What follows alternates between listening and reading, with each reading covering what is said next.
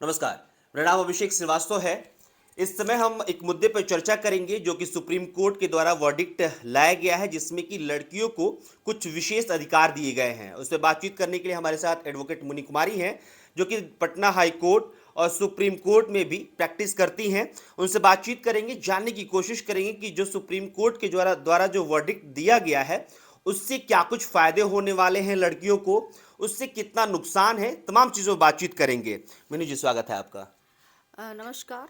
Thank you. सबसे पहला सवाल यही रहेगा कि जो आज वर्डिक्ट दिया गया है, जो तमाम चीज़ें कही गई हैं सुप्रीम कोर्ट में, क्या है लड़कियों को प्रॉपर्टी को लेकर क्या क्या अधिकार दिया गया है? हाँ, हमें अधिकार सुप्रीम कोर्ट द्वारा दिया गया है। एक लड़कियों को पहले जो लड़कियों के लिए हक था प्रॉपर्टी में कि वो अपने पिता के बराबरी की हकदार मानी जाती थीं। 2006 से जिसका संशोधन करके लड़कियों को भी बराबर हकदार बनाया गया था। अब उसको और वाइडर टर्म्स में उसको बढ़ाया गया है, उसके दायरे को, कि अब ना वो सिर्फ पिता के ही संपत्ति पे, बल्कि पिता से रिलेटेड जितनी भी संपत्ति है, चाहे वो एंसेस्टर प्रॉपर्टी हो, जिन हिंदू जॉइंट फैमिली सिस्टम में जो प्रॉपर्टी हो, पिता की तमाम वैसी प्रॉपर्टी पे भी उनको हकदार बनाया गया है विथ इक्वल शेयर। मतलब उसमें कोई प्रोपोर्शनेट नहीं दी गई है, उनको इक्वली अधिकार दिया गया है, बराबरी का मान्यता दिया गया है एक लड़कियों को भी। जी। अच्छा, ये बताइए कि जैसे कि आपने कहा कि इक्वली दिया गया है, कौन कौन सी चीज़ों पे? जैसे मान लीजिए कि खेत वगैरह हो, जमीन हो, घर बनाया हुआ रिकंस्ट्रक्ट किया गया हो, मतलब हर चीज़ पे क्या? मतलब इक्वली तमाम चीजों पे पिता से रिलेटेड, मतलब सभी चीज जो पिता अब पिता की अगर खेत होगी तो पिता की खेत में भी घर होगी, जो भी चीज। मान लीजिए कि दादा के द्वारा वो जी है, हाँ, उस पे सारी भी। सारी चीजों पे उनको इक्वल राइट्स दी गई है। अब उनका उन तमाम प्रॉपर्टीज पे बराबरी का हिस्सेदारी होगा। अच्छा। जब वो क्लेम करती हैं तो ऐसा नहीं कि हाँ, जैसे कि होता है कि एक तो बेटे का अधिकार है ही है कि उसमें बेटों को दो बेटे हैं तो दो भाग में उसको डिवाइड करना है। अब क्या इस बात को मान लिया जाए कि एक अगर माता पिता के 5 बच्चे हैं, उसमें 3 बेटियां हैं, 2 बेटे हैं, तो वो कंपलसरी हो जाएगा कि उसमें 5 भागों में डिवाइड किया जाए? देखिए, क्लेम करना तो वो लड़कों के लिए भी है। क्लेम आप जब तक नहीं करते हैं तब तक तो लड़कों को भी अपने हिस्से के लिए लड़ना पड़ जाता है। तो हाँ, लड़कों के लिए डिफॉल्ट सिस्टम है कि अगर लड़के आवाज नहीं भी उठाते हैं तो भी उनको मिलनी मिलनी होती है। लेकिन लड़कियों को आवाज उठाना पड़ता है, बोलना पड़ता है कि हाँ हमें, क्योंकि अभी तक का जो सिस्टम रहा है, लड़के पक्ष मतलब कि बेटे पक्ष क्या करते हैं, बहनों से लिखवा लेते हैं, एक एफिडेविट फाइल करवा लेते हैं कोर्ट में कि मुझे शादी में इतना इतना दान दहेज मिला है, इसलिए मुझे संपत्ति नहीं चाहिए।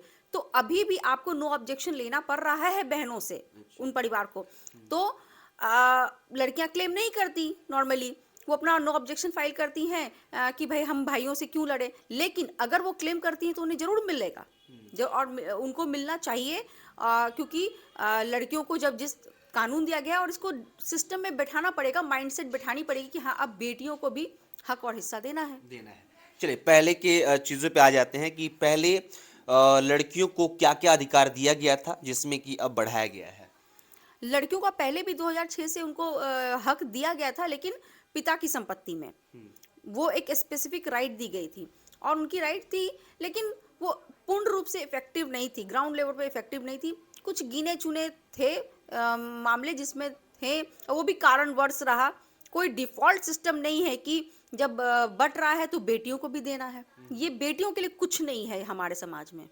डिफॉल्ट सिस्टम तो अभी भी नहीं है ना कि अगर मान लीजिए कि वो क्लेम करेंगी, उसके बाद ही उनको मिलेगा। जी हाँ, वो अब अभी भी वही ये कानून भले ही आए, क्योंकि इन बंदे ने सुप्रीम कोर्ट चले गए, वो इसलिए इनके इनके केस में ये सुनवाई के दौरान ये बात रखी गई। लेकिन अगर वो ना उठाते इस मुद्दे को, तो वो दबा रहता।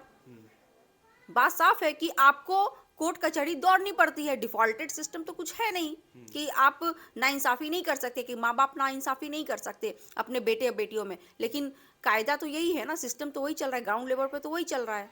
पहले लड़कियों को कितना हक था? जैसे मान लीजिए कि मैंने फिर इसको क्लेरिफाई किया कि जैसे बिल्डिंग है या फिर जमीन है, तो पहले भी क्या तमाम चीजों में उन लोगों का हक था, या फिर पहले किन किन चीजों में उनका हक था? जो पहले अच्छे की बातचीत जो कर रही हैं आप, 2006 में जो लॉ आया, उसके अनुसार क्या क्या उनको हक मिला था? उनको पिता की संपत्ति में बराबर का हिस्सेदारी मिली थी, बस उतना ही था। उसको इलैबोरेट करके नहीं समझाया गया था। तो इसका बहुत तरीके से ना इंटरप्रिटेशंस होता था। कोई कहते थे कि भाई ग्रैंडफादर में नहीं मिलेगा, तो कोई कहते थे कि भाई इसमें भी नहीं देंगे वो। तो ये सारी चीजों से ना आप कहते हैं ना कि अ, उनको राइट दिया भी गया, फिर उस राइट का पूर्ण रूप से एग्जीक्यूशन भी नहीं हो पा रहा है। तो बहुत तरीके की ना चीजें क्लियर नहीं थी, और इस जजमेंट ने क्लियर कर दिया कि नहीं भाई, अब पिता के उन तमाम प्रॉपर्टी पे हक होगा, चाहे वो जॉइंट हिंदू फैमिली सिस्टम से आ रहा हो, या उनकी सेल्फ एक्वायर्ड प्रॉपर्टी हो, या फिर उनकी ग्रेट ग्रैंडफादर की प्रॉपर्टी हो। जहां जहां पिता है वहां वहां बेटियां भी हैं। अच्छा, चलिए, अब ये तो हमने जान लिया कि क्या क्या चीजें सुप्रीम कोर्ट के द्वारा कहा गया है। अब इसके नुकसान और फायदे पे बातचीत कर लेते हैं। क्या फायदा फायदा क्या होगा, लड़कियों को फायदा क्या होगा? अगर लड़कियां इस हक को इस्तेमाल कर ले अच्छे से, जो उनको हक दिया जा रहा है, सरकार कोर्ट उनको बहुत ज़्यादा शक्तिशाली बनाने की कोशिश कर रही हैं, लेकिन अब लड़कियों पे डिपेंड करता है कि वो उसे किस तरीके से उसे अपनाए। क्योंकि लड़कियां यहाँ बहुत दबी हुई एक महिला बन जाती है। एक लड़की को बहुत दबाया जाता है शुरू से। तो उनको बोला जाता है कि अगर आप प्रॉपर्टी लोगे तो भाई भाई बहनों से संबंधी से खराब हो जाएगा। तो वो अपना रिश्ता बचाने के लिए अपने आप को कमजोर करती चली जाती हैं। एक लड़की अपने बाल बच्चों को पालने के लिए उनको भी पैसे की जरूरत होती है, प्रॉपर्टी की जरूरत होती है। तो जहां वो कमजोर होती हैं, उनको पति का सहारा, फैमिली का सहारा, इस कानून से उनको मजबूत बनने का अवसर दिया जा रहा है कि जब आप ताकतवर कैसे होते हैं, प्रॉपर्टी से होते हैं, पैसे से होते हैं, फाइनेंशियल आपका बैकग्राउंड स्ट्रांग होता है, तब जाकर आप अपने आप को खड़ा करते हैं और आप दूसरों के सहारा बनते हैं खड़ा करने में, बाल बच्चों के, रिश्तेदार, बड़े बुजुर्ग घर के। तो जब ये कानून को सही तरीके से इम्प्लीमेंट होने लगेगा तो महिला भी प्रॉपर्टी होल्डर हो जाएंगी। वो भी उनकी अपनी इंडिपेंडेंसी होगी डिसीजन लेने में, फैमिली में। वो अपना डिसीजन खुद ले सकती कि हमें अपने अपने प्रॉपर्टी के पैसे को कैसे इस्तेमाल करना है, कहाँ इस्तेमाल करना है। तो वो तो बहुत मजबूती प्रदान करेगी एक महिला को। लेकिन तभी कर पाएंगी जब वो इसे मजबूती से उनको अपनाने दिया जाए, बाधाएं ना लाए लोग इस कानून को इम्प्लीमेंट होने में। चलिए, दूसरा पर्सपेक्टिव अगर देख लिया जाए कि मान लीजिए कि शादी हुई, उसके बाद एक लड़की ने, एक महिला ने क्लेम किया कि मुझे अपने फादर के प्रॉपर्टी में हिस्सा चाहिए। क्या ऐसा भी प्रावधान होगा कि वो पति के नाम से ट्रांसफर नहीं हो सकता है, वो बेटी के नाम पर ही होगा? देखिए, ये law of inheritance successions act है, जिसमें कि बकायदा प्रॉपर्टी ट्रांसफर और प्रॉपर्टी का हक, सिस्टम, रूल्स, कानून कैसे होना है वो उसमें बिल्कुल बकायदा दिया गया है। लेकिन यस, ये एक टूटी है जहां पर मैटरनल साइड से मिली हुई प्रॉपर्टी या पैटर्नल साइड की मिली हुई प्रॉपर्टी का एक सिस्टम बना हुआ है कि वो कैसे ट्रांसफर होगा। अच्छा। तो इन सभी चीजों को जब आप कंपैरेटिवली स्टडी, अभी बहुत सारी संशोधन होनी बाकी है, जो कि मुझे लगता है कि नियर फ्यूचर में होनी चाहिए अगर हम रियल रूप में महिला सशक्तिकरण की बात करें तो। क्योंकि विथ लिमिटेड राइट्स ये नहीं हो सकता है। आपको पूर्ण रूप से इस राइट्स को स्थापना करना होगा कि महिला स्वतंत्र होकर उसको किसी को भी ट्रांसफर कर सके। अगर मान लीजिए उसका पति ही करने वाला है तो वो करे। अगर आप कानून ही ऐसा बनाए है कि नहीं, उसका पति को नहीं कर सकते ट्रांसफर, तो फिर पति को ना करके किसी ऐसे इंसान को करना पड़ेगा जहां पे वो मजबूर हो। और मान लीजिए पति ना कर रहा हो और ऐसा कानून हो कि पति ही को करना है, तो भाई पति को क्यों दे कोई। तो एक ऐसा इक्वालिटी वाली लॉ की स्थापना होनी पड़ेगी जहां पे वो फ्री विल से अपनी प्रॉपर्टी को किसी को भी दे सके, जो उनको कर रहा हो, जो उनके बुढ़ापे का सहारा बने, या फिर कोई थर्ड पर्सन जो कर रहा हो। वो उतनी लिमिटेशंस के साथ नहीं बननी चाहिए, कोई कानून बननी चाहिए, लेकिन उस पे चेक्स एंड बैलेंसेस होनी चाहिए उस कानून पे कि मिसयूज ना हो, या फिर कोई ऐसे सगी संबंधी मिसयूज ना करें वैसे कानून को कि भाई ये इसको नहीं ट्रांसफर कर सकती तो वो उसके आसपास लगे पड़े रहें और उसका मिसयूज करा करके अपने नाम पे तो ये सारी चीजों पे ध्यान देनी इसमें होगी। इसमें जैसे कि मान लीजिए कि आपने कहा कि कोई और ट्रांसफर करा लेगा अपने नाम पे, लेकिन मेरा ये सवाल है कि क्या इसमें ऐसा कानून को बिल्कुल प्रभावी करना चाहिए कि एक महिला के अगर नाम पे कोई प्रॉपर्टी है जो कि उसके फादर मदर के तरफ से दिया गया है, तो उस पे सिर्फ उसी का अधिकार है, जीवन के अंत तक उसी महिला का अधिकार है, वो किसी के नाम पे ट्रांसफर ही नहीं कर सकती है।